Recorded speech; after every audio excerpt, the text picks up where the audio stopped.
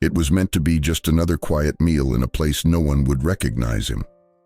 Dominic Hale, a sharply dressed man with the weight of empires behind his eyes, stepped into a humble little diner tucked between shuttered shops and cracked pavements. It smelled of burnt coffee, old wood, and something strangely comforting, like memories he hadn't made in decades. But tonight wasn't about business deals or silent chauffeurs waiting outside. Tonight was about Ivy, his 6-year-old daughter, sitting motionless in her wheelchair by his side, her eyes blank and fingers twitching gently at the edge of her cardigan sleeve. Ivy hadn't spoken since her mother passed away. Dominic had poured millions into therapies, equipment, and world-renowned specialists, but the silence between them only seemed to deepen. The more he tried to fix things, the more helpless he felt. He had conquered boardrooms and brought giants to their knees, but this, fatherhood, grief, Ivy's unreachable gaze, made him feel like a stranger in his own life. A waitress appeared, her apron slightly flour-dusted and her name tag crooked. "Evening, I'm Ruby," she said, with a warmth that didn't match the fatigue in her eyes. There was nothing remarkable about her at first glance, just a girl in her 20s doing her job. But as she looked at Ivy, something shifted. She didn't speak down to her, didn't glance away awkwardly. She knelt beside the little girl and spoke with gentleness, offering not just food, but attention, dignity, even hope. When Ivy resisted Dominic's attempt to feed her, Ruby quietly asked, "May I?" He would usually have declined, proud and protective, but there was something in Ruby's gaze that made him pause. And that's when it happened, when Ruby spoke softly to Ivy, held the spoon just right, told a story about soup being a warm hug, and Ivy, for the first time in years, took a sip. And then she smiled. It was a flicker, a heartbeat, but it shattered Dominic's world, because no one, no professional, no teacher, no nurse, had ever gotten through to Ivy like this quiet, tired waitress had. It was the beginning of something neither of them saw coming. Not just healing, not just a job offer, but the unraveling of two broken lives slowly stitching themselves together. One smile, one spoonful, one act of kindness at a time. From the moment Ruby entered their home, something shifted. It wasn't dramatic, not at first. Just a softening of the air, a lightness where there had only been quiet sorrow. Dominic watched with careful eyes as Ruby navigated the vast hallways and cold marble spaces of his country estate, completely out of place and yet somehow grounding it all. She didn't flinch at the size of the place or the silence that lingered like a ghost. Instead, she moved gently with quiet purpose, as though her presence alone might coax warmth into the walls again. The first few interactions between Ruby and Ivy were tentative. Ivy barely looked up, still lost in the private world she'd retreated into since her mother's death. Her movements were small, instinctive, hands fidgeting, shoulders flinching if approached too quickly. Ruby never rushed her. She didn't use therapy tactics or specialist routines. She just showed up, present, patient, kind. She sat on the floor with a book and read aloud as if Ivy were listening, even when the little girl turned her face toward the window and gave no sign she could hear. She offered stories like gifts, soft and simple, and Ivy, in her own time, began to unwrap them. By the third day, Ivy reached, just once, for Ruby's sleeve during a lull in conversation. Dominic had seen it from the doorway. He hadn't meant to watch, but he found himself drawn again and again to the scenes unfolding in Ivy's room. For so long, she had been a silent figure in his life, always present but unreachable. And now, here she was making the first move. It was the little things Ruby noticed. The way Ivy's fingers tapped to rhythm when she read stories with steady cadence. The way her eyes followed Ruby more often now, not with fear, but curiosity. One evening, after Ivy had drifted off to sleep with a picture book still clutched in her lap, Ruby stood beside her and hummed a lullaby. "You Are My Sunshine," the same song she had once sung to her brother Caleb, a child with cerebral palsy who had been her world. That song had been locked inside her for years, sealed up with grief and guilt, but here it was again, tender, whole, and carrying love through every quiet note. Dominic heard it too. He had been passing by, but the moment the melody reached his ears, he stopped. He hadn't heard anyone sing in the house since his wife's passing. He leaned against the wall, his hand resting on the doorframe, and let the music hold him. For a moment, all the pain, all the questions, all the sleepless nights melted into that voice. Gentle, aching, real. And in that moment, he saw it clearly. Ruby wasn't just reaching Ivy.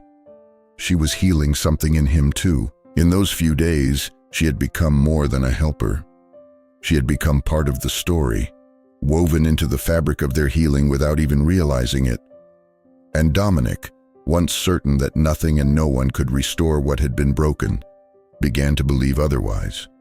Ruby was not trained in expensive institutions or certified by elite programs. She was simply someone who had lived through heartbreak and still chose to love anyway. And that, Dominic realized, might just be what Ivy needed most. Not perfection, not performance, just someone willing to stay, speak gently, and never stop trying.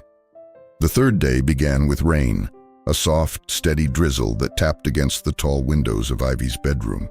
Inside, the warmth of the space clashed with the weight in Ruby's chest. Progress had been slow, and though she reminded herself not to expect miracles, doubt was beginning to whisper again. What if I can't do this anymore? What if I'm just pretending I can? Ruby sat cross-legged on the carpeted floor beside Ivy's wheelchair, a picture book resting on her lap. Ivy stared ahead, unmoving as always, but Ruby didn't let the silence deter her. She read the words aloud, her voice calm, flowing like the rain outside. And the little bear looked up and saw the stars peeking through the trees. And then, there it was, a subtle tapping. Ivy's fingers were moving gently, rhythmically, in sync with Ruby's words. Ruby paused, heart pounding. Had she imagined it? She continued reading, watching closely. The tapping continued, soft but deliberate. It was the first time Ivy had shown any form of direct engagement since Ruby had arrived. She didn't speak, didn't smile, but she listened. Ruby blinked hard, her throat tightening as hope bloomed inside her like light spilling through a crack in the dark. That evening, Ruby returned to Ivy's room after dinner. Dominic had asked if she needed a break, but she declined. This moment mattered. She knelt beside Ivy's bed, smoothing out her blankets, then hesitated. The lullaby pressed at her lips, the one she'd sworn never to sing again. But now it felt like the right time. With a quiet breath, Ruby began. You are my sunshine, my only sunshine. The melody was soft, trembling, like a fragile thread stretching between two aching hearts. Ivy didn't move, but her hands relaxed against her blanket. Ruby continued, her voice cracking near the end. This was the song Caleb had always asked for, the one she'd sung on the night he died. She had buried it with him, or so she thought. And yet here she was, singing it again, not out of pain, but hope. Outside the room, Dominic froze in the corridor. He hadn't meant to stop, but her voice reached him like a memory. He leaned against the wall, eyes closed, letting the lullaby wrap around him like a prayer. Ivy had been haunted by nightmares for months, restless and murmuring in her sleep. But tonight she lay still, peaceful, undisturbed. His throat tightened. It wasn't him who brought this calm to her. It wasn't the specialists or the routines. It was Ruby. She hadn't come with credentials or letters behind her name. She came with something far rarer, presence. She didn't see Ivy as a case to be solved, but as a child who deserved gentleness. And through that soft persistence, she reached places no one else had. Dominic remained outside that door for a long time, listening. To the quiet, to the rain, to the fragile yet powerful thread of a woman who, without even knowing it, was helping him believe again. Helping Ivy begin to trust again, helping herself begin to heal again, and that's when he knew. This wasn't just a temporary arrangement. This, whatever this fragile, unfolding thing between the three of them was, mattered, and it was only the beginning. The following week felt like a second chance, though no one dared to call it that aloud. Dominic brought Ruby to his home, a modern glass and marble fortress nestled in a quiet part of the English countryside. It was nothing like the cozy diner where she'd first met Ivy. Here, everything gleamed with perfection. Polished floors, silent hallways, and furniture no one dared touch. But it was cold. Beautiful, yes, but emotionally barren. Ruby walked beside Dominic, clutching her satchel tightly as he led her down a long corridor to Ivy's room. When the door opened, she froze. It wasn't the grandeur that struck her. It was the tenderness. Ivy's room had clearly been designed with love. Soft pastels, a ceiling mural of stars and moons, shelves lined with children's books and plush toys. In the center of it all sat Ivy, still and silent in her wheelchair, gazing toward the window but not quite at anything. Ruby's heart clenched. "She's been quieter since her mom passed," Dominic said softly behind her, a rare crack of vulnerability slipping into his voice. Ruby nodded, stepping closer, her voice gentle. "Hi again, Ivy. I brought a new story. You up for it?" The first few days were rough. Ivy barely acknowledged her. She turned her face away when Ruby spoke, flinched at touch, and resisted even the kindest gesture. Ruby knew this terrain all too well. It was grief and trauma wrapped in a child's silence. And still, she stayed. She read to Ivy. She sang. She sat beside her in silence. And slowly, the smallest things began to change. On the third afternoon, as Ruby read from a picture book about forest animals, she noticed Ivy's fingers tapping against the armrest in rhythm with her words. Barely perceptible, but it was there, a response. Ruby's voice caught slightly, but she didn't stop reading. She just smiled and continued as if nothing had happened, because sometimes the biggest breakthroughs came wrapped in quiet. Later that evening, Ruby stayed by Ivy's bedside after Dominic had gone to his study. The child's breaths were slow, her body finally at rest. Ruby hesitated a moment before humming a tune. Soft, familiar, something from her own childhood. "You are my sunshine." Her voice trembled, memories of her brother Caleb filling her chest. She hadn't sung that song in years, not since the night she'd lost him. But something about Ivy, the frailty, the quiet strength, had brought it back. Outside the room, Dominic had paused while walking past. The melody froze him in place. He leaned slightly against the wall, listening. He had expected resistance, maybe even failure, but what he heard was something else entirely. Peace. His daughter, for the first time in years, was calm. She wasn't crying in her sleep, wasn't tangled in restless dreams. She was just resting. Dominic realized something then. He had paid for the finest tutors, carers, medical minds, but none of them had sung to Ivy. None of them had simply sat beside her and read a story like it mattered. Ruby had brought something into their home that all the money in the world hadn't been able to. Compassion without calculation. Presence without expectation. He stood there for a long time after the song ended, listening to the silence and realizing it no longer sounded empty. It sounded whole.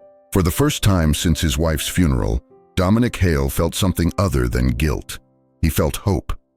And it had walked into his life wearing a flour-dusted apron and a second-hand coat. Gavin Hale had always considered himself a man of logic. In boardrooms, on trading floors, in courtrooms full of egos and billion-pound deals, logic was his weapon of choice. Emotions, he once told a rival, were liabilities. But those words mocked him now as he sat at the edge of Ivy's bed, her frail form curled beneath a pastel quilt, her eyes distant and lifeless. It had been days since Ruby left, and the change in Ivy was immediate, devastating. She no longer tapped her fingers to bedtime stories. She refused to eat. Worst of all, she stopped looking at him, not with disappointment or blame, but with the kind of vacancy that made Gavin feel like he'd lost her all over again. He had tried. God knew he tried. He read her favorite books, made silly voices, played the counting games Ruby had taught them. But Ivy didn't respond, not the way she had with her. With Ruby, Ivy had smiled. She had listened. She had begun to heal. And Gavin had watched it happen in real time, watched his daughter slowly return from the edges of grief because of a woman who had walked into their lives by pure accident and changed everything. The worst part was knowing it was his fault. He had pushed Ruby too hard, demanded too much. He had kissed her, touched the wound she carried with such raw tenderness that she fled in fear, not just of love, but of loss. He hadn't understood it at first, but now he did. Ruby wasn't running from him. She was running from history, from heartbreak, from the pain of losing her younger brother Caleb, a boy who had depended on her and died despite all her efforts. In loving Ivy, Ruby had come dangerously close to breaking that promise to herself. Never again. 3 nights after Ruby's departure, Gavin heard Ivy crying, silently, heartbreakingly. He rushed in, sat beside her, and gently wiped her tears. "Talk to me, sweetheart," he whispered. Ivy didn't speak, not even a sound. But then, in a voice so faint it nearly broke him, she asked, "Where's Ruby?" Gavin's breath caught. His polished world, his logic, his money, it all meant nothing in that moment, because the only thing that had brought Ivy back to life had walked away, and he had let her go. The next morning, Gavin didn't hesitate. He wrapped Ivy in her coat, lifted her into his arms, and drove straight to the diner. It was mid-morning, the place half empty. Ruby stood behind the counter, her hair pulled back hastily, eyes rimmed with exhaustion. When she looked up and saw them, she froze. The bag she was holding slipped from her hands, scattering receipts like snow. "Ruby," Gavin said, his voice rough with emotion. She didn't answer. Couldn't, because Ivy was already reaching for her. Ruby stepped out from behind the counter, dropped to her knees, and caught the little girl in her arms. The reunion was wordless, powerful, tears spilled freely. Ivy clung to her like someone who had just been found. Gavin stood silently behind them, hands trembling, heart bare. "I need you," he said simply. Ruby looked up, her eyes glassy. "You mean Ivy needs me?" He stepped forward. "We both do. I do." His voice cracked. "I was scared of what it meant to let you in, but I can't do this without you."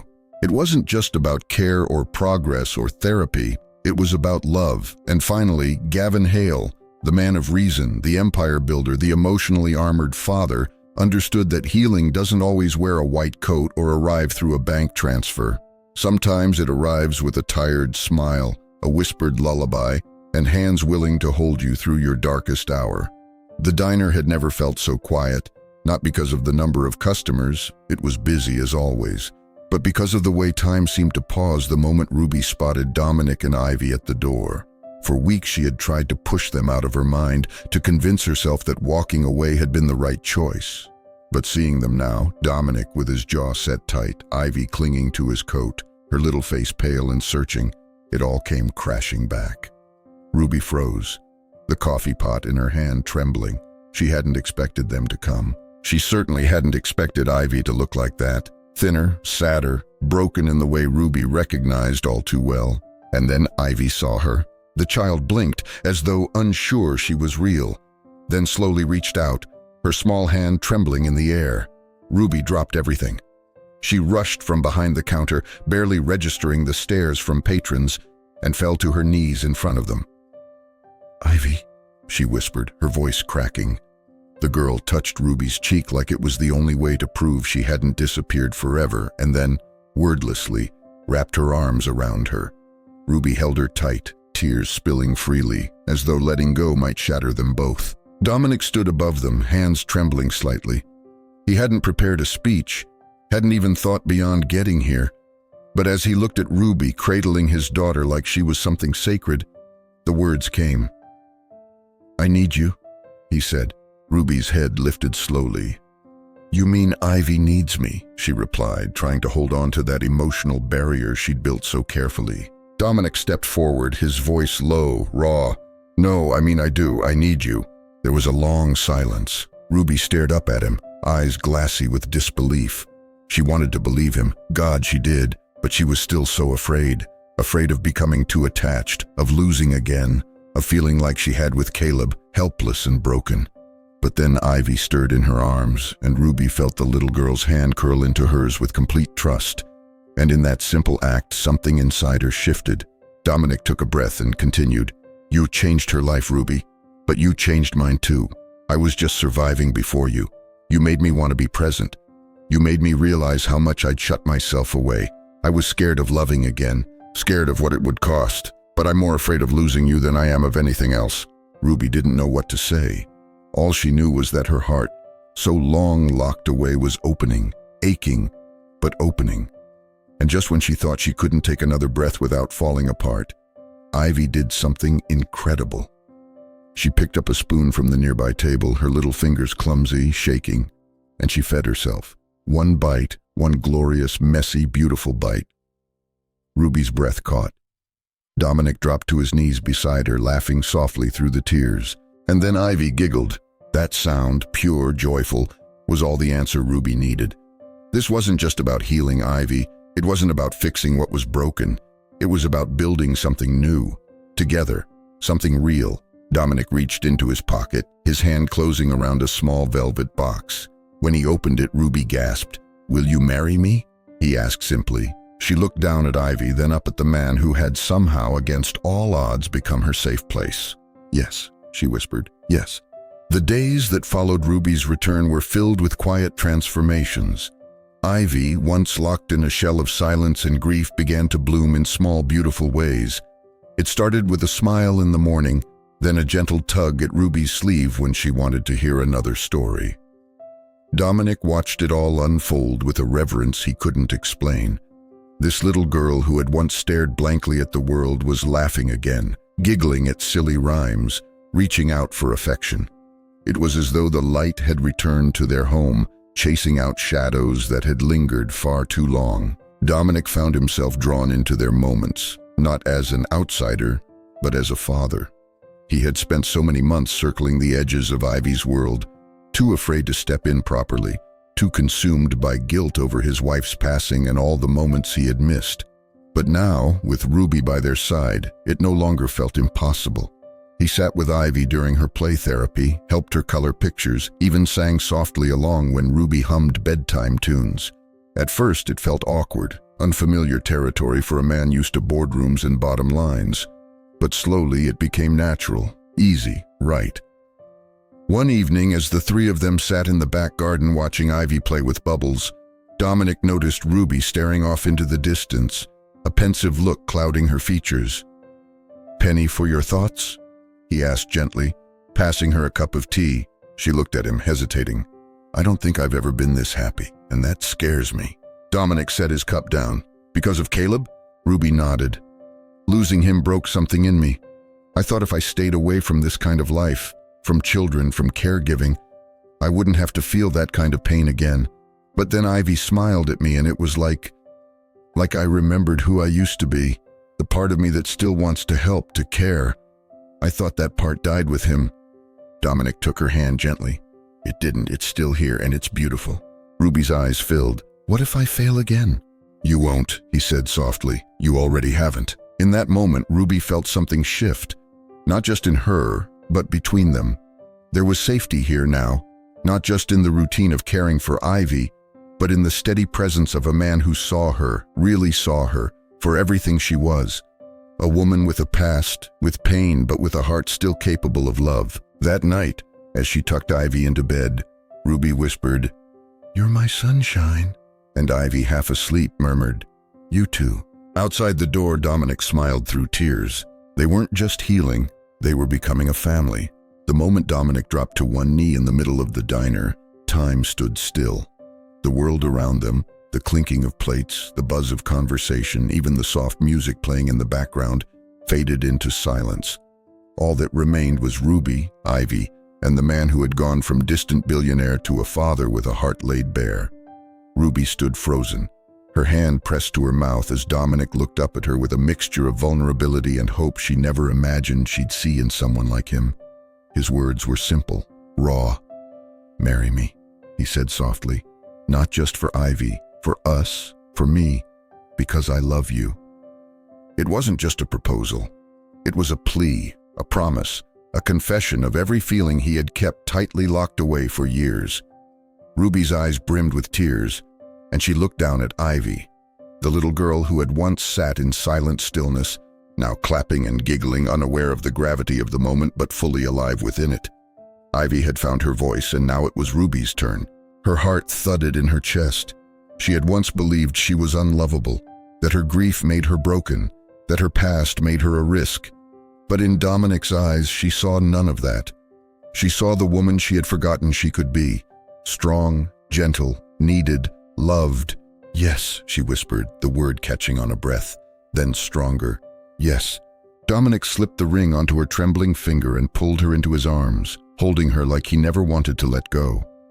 Ivy cheered beside them, her joy infectious, her smile brighter than ever. And in that moment, something deep and unspoken passed between them all, a sense of completion. They weren't just healing anymore, they had become whole. Later that evening, back at the estate, Ruby sat in Ivy's room watching the little girl drift off to sleep. The ring on her finger shimmered in the soft light, a quiet reminder of how far they had all come. She turned to find Dominic leaning in the doorway, arms crossed, a look of peace on his face she hadn't seen before. "I used to think love was something you had to earn," he said, "that I'd already used up all the love I had to give." Ruby stood and walked to him. "And now? Now I know love isn't a resource, it's a choice, one we make every day." He took her hand and kissed her forehead. "And I'll choose you, every day." She smiled, tears slipping down her cheeks again, but this time they were the kind that came from joy, not sorrow. They had lost so much, but somehow through heartbreak and healing, through silence and songs, through tiny gestures and unimaginable leaps of faith, they had found their way to one another, not because life gave them a second chance, but because they chose to take it, together. The days that followed Ruby's yes were filled with a quiet kind of joy, a slow, unfolding happiness that felt earned, not rushed. Dominic still woke early and checked his emails, still fielded high-stakes calls and made complex decisions, but now he did it with a softness in his chest he hadn't felt in years. Ruby was still cautious, still waking up each morning surprised that this life, this love, was real. And Ivy was thriving. Her laughter had become a daily melody in their home. She no longer flinched at touch, no longer hid behind silence. She fed herself, colored pictures, reached out to both of them for hugs without hesitation. Every small act was a victory, a reminder of how far they had all come. One afternoon, Dominic returned from the city earlier than expected and found Ruby in the garden, helping Ivy plant daffodil bulbs along the edge of the patio. The little girl's hands were dirty, her cheeks flushed with happiness as she knelt beside Ruby, who was explaining how the flowers would bloom in spring. Dominic stood quietly in the doorway watching them. Ruby's hair was caught in the breeze, her voice gentle, steady. Ivy glanced up at her, eyes wide with wonder, and Dominic realized, not for the first time, that Ruby wasn't just part of their lives now. She was the very heart of them. Later that night, after Ivy had fallen asleep, he found Ruby curled up on the sofa with a cup of tea. She looked up at him, a question in her eyes, but he only smiled and sat beside her. "You know," he said, "I used to believe love had to be perfect, that it came in neat, elegant lines, but what I feel with you, it's messy and beautiful and nothing like I imagined." Ruby chuckled softly. "That's not very romantic." "It's the most honest thing I've ever said," he replied. She turned to face him fully, the seriousness returning to her expression. "What if I mess this up?" she whispered. "What if I can't be everything you both need?" Dominic reached out and took her hand. "You already are. You were the moment Ivy smiled at you, and every day since." They sat in silence for a long time, not needing to fill the space with words. Outside, the wind rustled through the trees. Inside, their hearts found peace in the quiet. Ruby had once believed she was too broken to belong. Dominic had once believed he was too closed off to feel again. And Ivy had once lived in a world where no one could reach her. But now they were together, not because they were perfect, because they chose love, fragile, patient, healing love every single day. Sometimes life's most powerful transformations don't happen with grand gestures or sweeping declarations. They happen quietly in the smallest, most fragile moments. A little girl picking up a spoon with trembling fingers. A man letting go of guilt and finally choosing to be present. A woman scarred by grief, daring to open her heart again. These moments aren't flashy, but they are everything. They remind us that healing isn't a straight line, and love isn't something we stumble into. It's something we choose again and again, even when it's hard, especially when it's hard. Ruby thought she'd lost her purpose the day her brother died.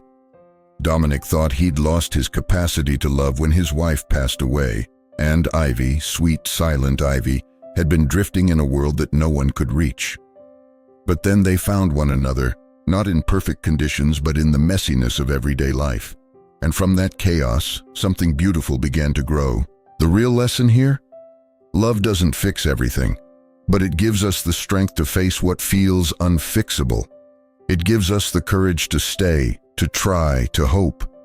And sometimes the family we choose, through kindness, through connection, through shared healing, is stronger than the one we were born into. If this story moved you, if it reminded you of someone you've loved or lost, or someone who helped you find yourself again, Please leave a comment below. We'd love to hear your story.